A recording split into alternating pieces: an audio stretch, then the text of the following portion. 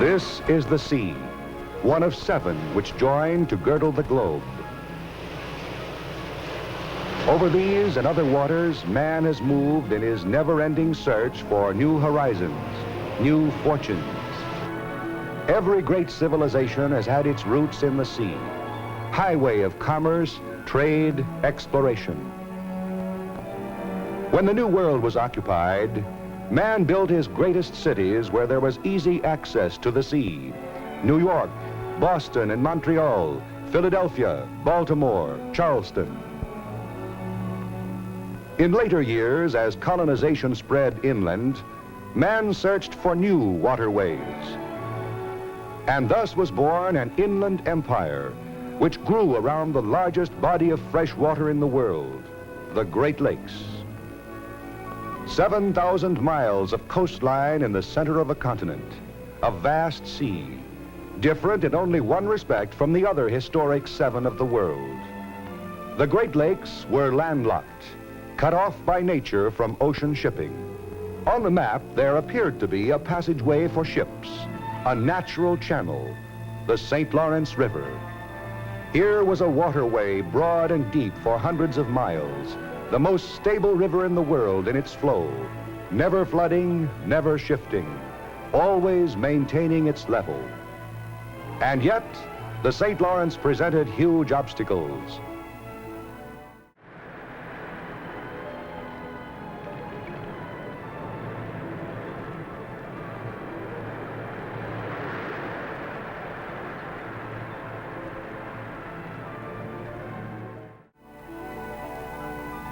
Rapids, shallows, the rapids that foiled Cartier on his search for a northwest passage, the same rapids that defied Champlain's attempt to open an empire westward from the sea. Rapids that even in our time seemed insurpassable. But there were those who thought otherwise. A system of canals and locks.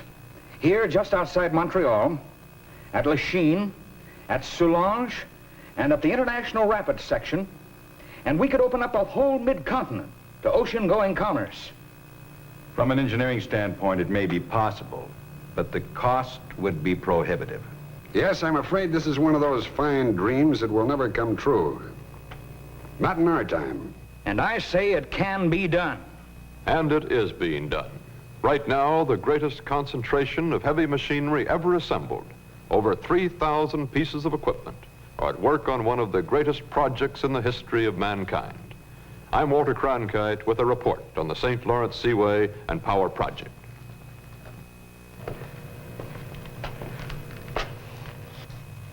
Actually, navigation of the St. Lawrence from the Atlantic to the Great Lakes is nothing new. The Canadian government long ago took the lead in unlocking the heart of the continent by building a series of canals that bypassed all of the rapids between Montreal and Lake Ontario.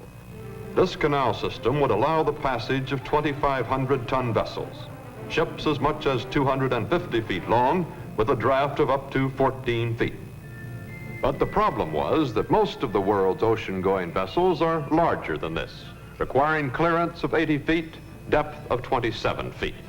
It's the goal of the Seaway project to provide such clearance so that ships like this, representing as much as 80% of the world's cargo shipping, can sail to the Great Lakes, and so that Great Lakes ships like this can pass to the sea. It was in 1954, only after long years of domestic and international discussion, that Canada and the United States agreed to begin a gigantic task, that of reshaping a continent, completing the job that nature had begun thousands of years ago, of creating an 8th sea, and at the same time, harnessing the tremendous hydroelectric power potential of this mighty river. I'm Shelby Conley. I've been practicing acupuncture for over 20 years, and I'm the owner of 5 Elements Living Retreat Center in upstate New York. Each week, I'll take you on a journey from the heart of the city into rural hidden areas to discover various healing art centers and wellness experiences that will encourage you to live as well as possible. Let's shift your focus to see how these healing modalities are becoming the new medicine. Join me en route to the alternative. The total cost of the project will approach $1 billion. But in the long run, it will cost the people of two nations nothing. Every cent of expenditures will be recovered through toll charges and revenue from the sale of power. The obstacles of legislation and finance have been conquered. But what of the obstacles of the river itself? Well, basically, the problem is this: to move a huge ocean-going ship from here, uphill, by water, all the way to the ports of the Great Lakes. How is it being accomplished? Well, first of all, the long climb from Montreal requires a system of locks. Locks that can literally take huge ships upstairs. Here's how they work. The ship enters the lock.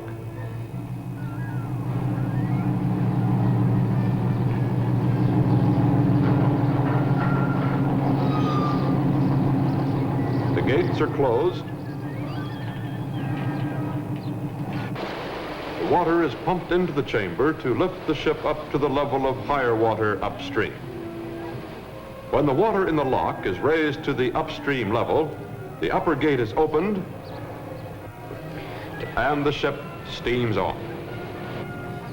Along the completed seaway, there will be 7 giant locks, each many times larger than this, each able to handle great ocean-going vessels. And the first of these locks on the way upstream will be here, just outside Montreal. Let's restate the objective of the Seaway project: to move a 25,000-ton ship from here at Montreal to Lake Ontario. So here, the voyage to the 8th sea will begin. This is Montreal Harbor. It's within earshot of the sound of construction on the first 12 miles of channel.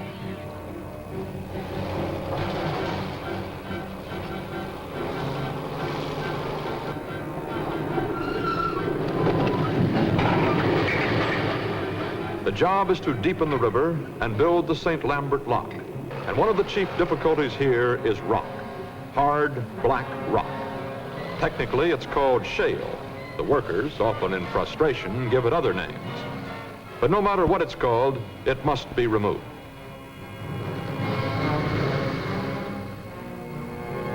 But the rock itself was not the first problem here. Before it could be reached, the river had to be moved aside to let the machines in. This was done by building a dike parallel to the south bank, which enclosed the excavation area.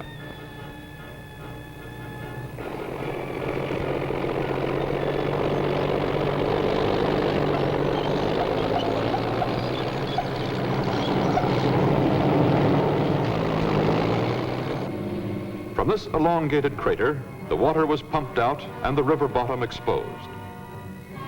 To permit passage of the largest ships, the riverbed is being deepened and the bridge across the channel raised.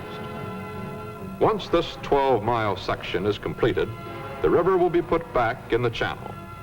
Our ship will move through this lock and then 5 miles beyond to this point, the beginning of the Lachine Rapids. There's nearly a 50-foot drop in the river over this distance, hardly a navigable waterway, so it's being bypassed. Over 5 miles of dry land, a ship canal is being carved out and another lock constructed. In all, 45 million cubic yards of rock and earth, a good-sized mountain, enough to fill the inside of 2 Empire State Buildings, will be dug out of the Lachine section from Montreal. Another mountain of concrete will be poured to form the locks, about 800,000 yards of it, enough to cover a solid acre to a height of more than 500 feet. Oh, there's nothing that you and I can't be. When we see what we can see what we can see what we can see. When we see what we can see what we can see what we can see.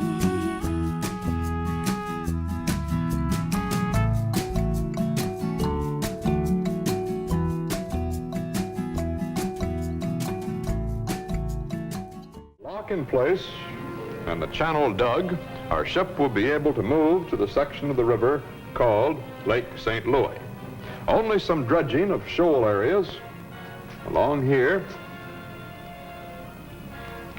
and our ship will have clear sailing for another 15 miles along the lake to this point.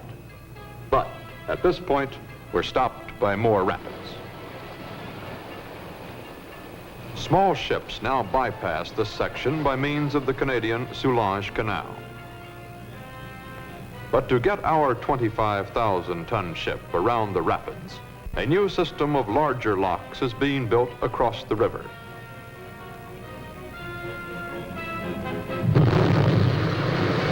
Here at Beauharnois, men and machines are fighting a battle against one of the toughest types of material found on the North American continent, quartz sandstone.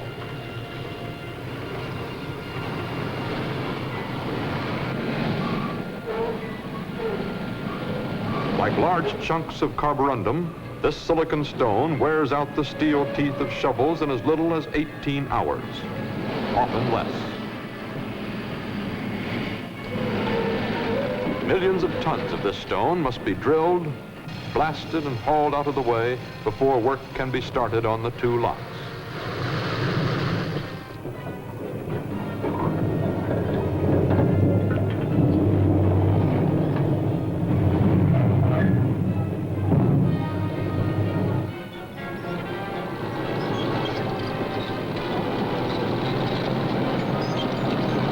Each lock will boost our ship 42 feet. A total of 84 feet to the next river level. Then through the present Beauharnois Power Canal, clear to Lake St. Francis. Here, dredging is clearing the channel all the way to the next series of obstacles.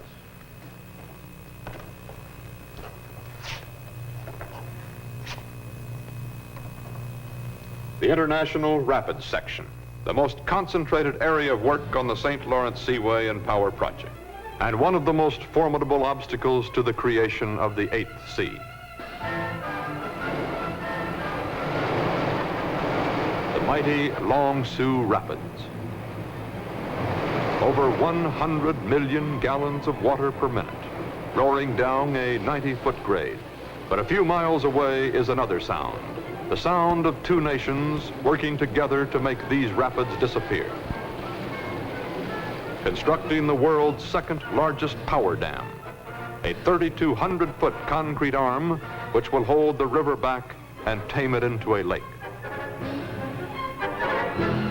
The dam will concentrate the drop in the rapids at one point. 32 turbines will catch the water falling 90 feet straight down. The result, close to 2 million kilowatts of electricity, a volume of power second only to the Grand Coulee Dam. Temporarily diverting the river while construction goes on is the world's largest coffer dam, almost a mile long.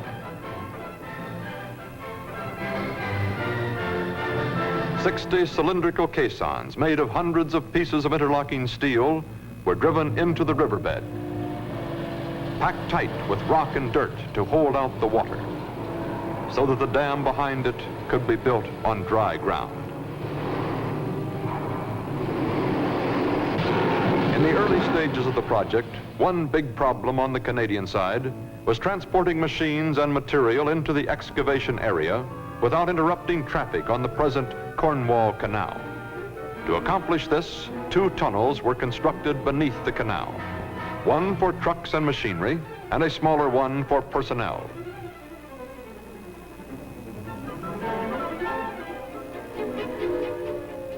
Through this one moves the conveyor belt that carries aggregate to the job site.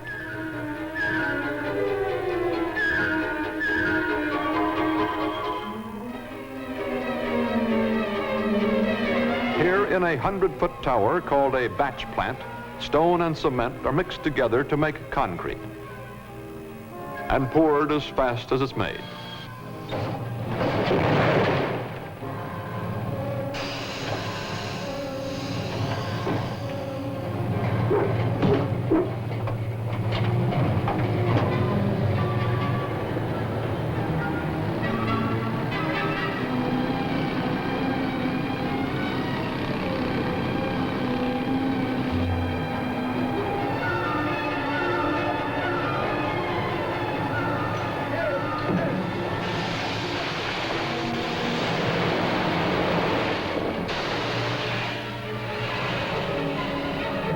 Almost 4 million tons of concrete are being poured as slowly, carefully, a dam grows from the bed of a river whose water has been turned aside.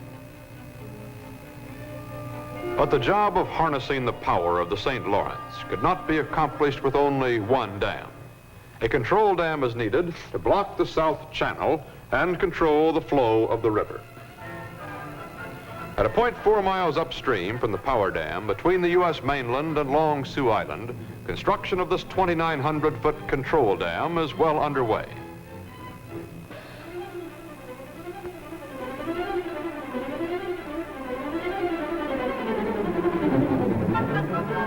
Since the North Channel is completely blocked off for work on the power dam, the construction of the control dam here at the South Channel is being executed in 2 stages.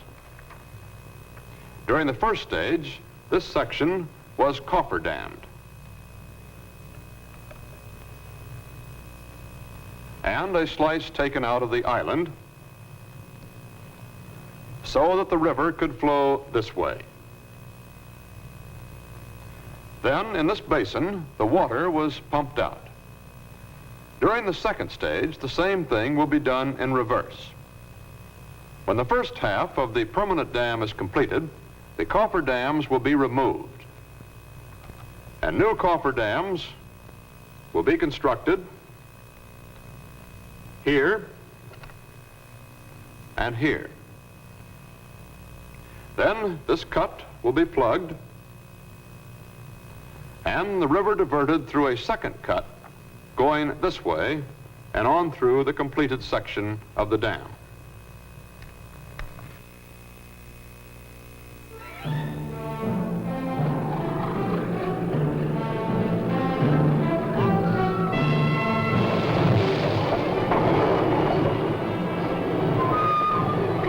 But the millions of yards of earth that are being excavated are not just left for weeds to grow on.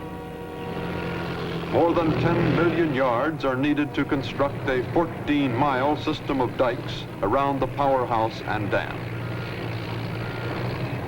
The dikes will prevent flooding in the downstream portion of the dam and help create the power pool behind it. Sometime in 1958, the cool green waters of the mighty St. Lawrence will back up from the Long Sault Dam and in lazy gulps will swallow 38,000 acres of land along the Canadian and American shores.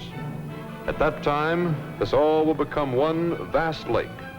Some 7,000 persons will be affected, including the entire town of Iroquois, Canada.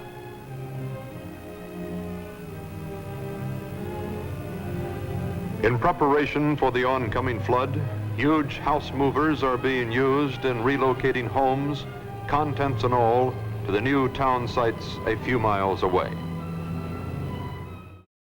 St. Lawrence Center Mall, national and local retailers as well as family events. Leasing spots available and turf field sports complex now open. St. Lawrence Center Mall, a brand new shopping experience.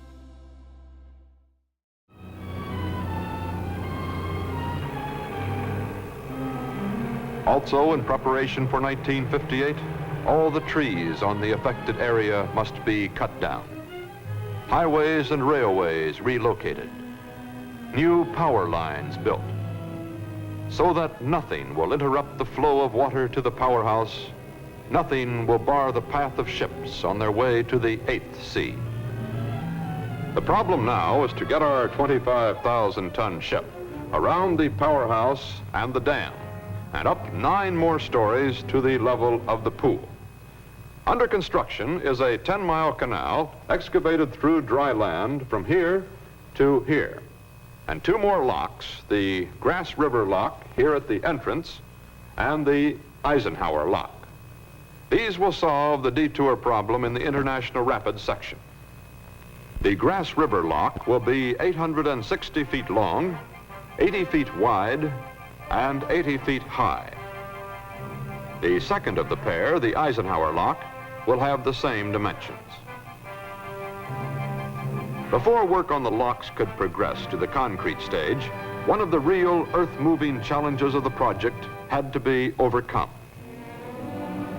a sticky, gummy substance called marine clay. When it's dry, it's as hard as rock. Several million cubic yards of this purple chewing gum had to be excavated until a solid rock base was reached that would support the concrete locks. Another contractor's nightmare is a type of material called glacial till. It is silt and soil embedded with rock of various sizes. Almost as abrasive as silicon stone, it has the same density as concrete.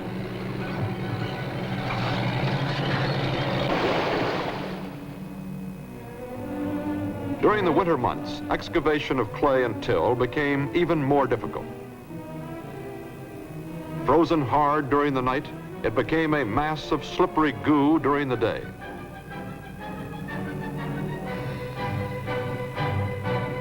In some instances, hard layers of ice as much as 8 feet thick had to be hacked away before any work could be done at all.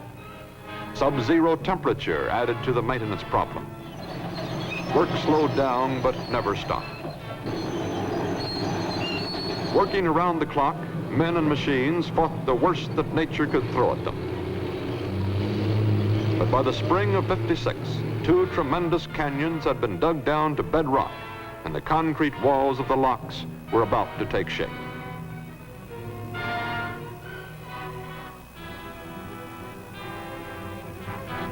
The canal and locks will bypass the power dam and lift our ocean-going ship to the level of the pool. But just outside the exit of the canal is another barrier. The southern tip of an island and a triangle of land to be cut away, clearing the way for another 15 miles to this point, Ogden Island. Its edges are being trimmed and its south channel widened and deepened.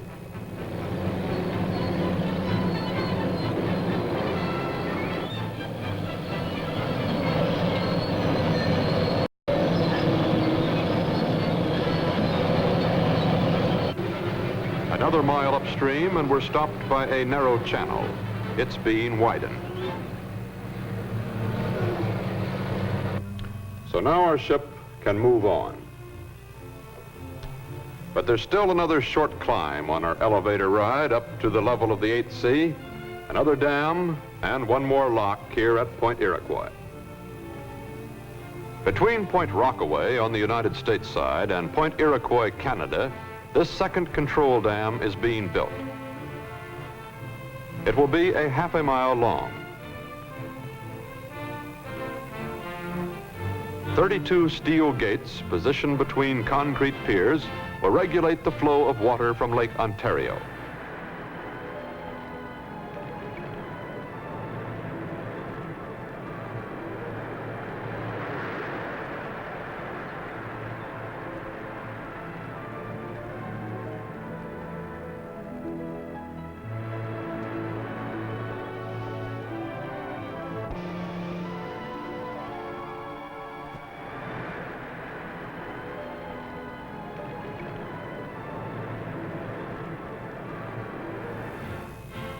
A 1,000 feet of the Iroquois Dam is actually being built on dry land. When it's completed and the approach channel excavated, the river will spread out to fit the dam. The purpose of the longer dam is to permit more gates to provide better control over the river. Like the Long Sault Dam, this one is being constructed in 2 stages. When the first half is completed, the other half will be built behind cofferdams and will extend across the river to Iroquois Point on the Canadian side.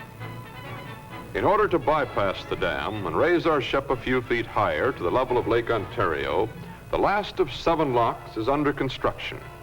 The Iroquois Lock will complete the 246-foot climb from the Atlantic Ocean. The end is almost in sight, but not quite. A maze of islands and a stretch of shallows still bar the way. Half of this island is being scraped down to a navigable depth of 27 feet.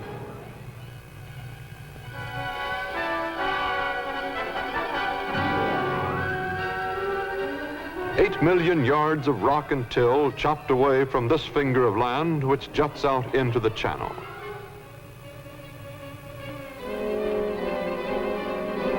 And 8 more islands, bunched in the center of the river, are undergoing a facelifting. The channel is being sliced through their northern half, and the excavated material dumped in between them to form one island, 5 miles long. This long, bald strip used to be 3 islands. About a mile upstream, the job of attaching the rest of the islands together is progressing at a fast clip. The biggest cut is being made through Galoo Island, anchor link in the chain. When they're through, about 15 million cubic yards of material will have been carved out of the northern half of this island. This will be the channel. The excavated material will be placed in here to make one island. Ahead are shallows, a 2-mile area that must be dredged.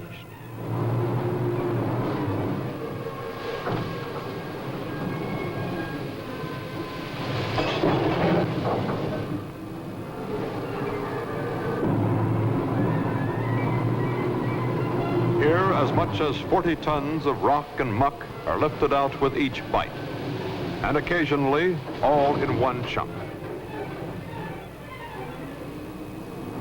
When the last shovelful is lifted from the bottom of the St. Lawrence, the path will be clear. A dream will have become a reality. Ahead is deep water, Lake Ontario. In the wake of our ship, the greatest engineering feat of our time. The St. Lawrence Seaway and Power Project will be completed in 1959, but already the people of both nations are planning to take advantage of the benefits of the project, industries and individuals alike. The steel industry, for one. New iron ore deposits have been developed in Labrador. Moving the ore to the mills via the St. Lawrence is an economic necessity to maintain the balance of the two nations' economy. Farmers, wheat growers, and livestock men in the Dakotas, Saskatchewan, Iowa, and Manitoba will be able to ship their products to Great Lakes ports and hold them in grain elevators or storage houses to await the most favorable market, domestic or overseas. Industrial expansion in Sarnia and Buffalo, Hamilton and Cleveland, Windsor and Detroit is in the planning stage. New plants, new jobs, new horizons all await the opening of the 8th sea. There is greater security, too, in the seaway. Because of the spreading out of industry and shipping, the defense of North America will be greatly relieved. It has been estimated that, once in operation, the seaway will carry 25% more tonnage than the Panama Canal, turn a practically landlocked area into a series of bustling seaports.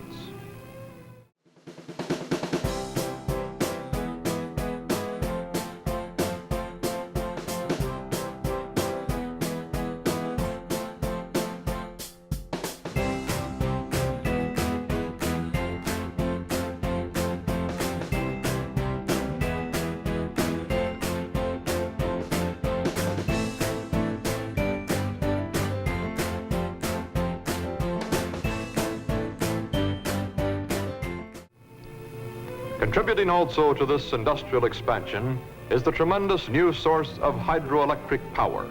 Over 1 billion kilowatt hours of electric power. Power to run the machines, the motors, to light the signs, the homes, supply energy for the 1,001 needs of an expanding economy. Thus man is conquering another of nature's challenges, moving the Atlantic Ocean to the entire mid-continent empire, opening new trade routes, creating new avenues of achievement. This is the product of a kind of international cooperation that may well set the example for the whole world. A new and 8th sea, a sea of opportunity.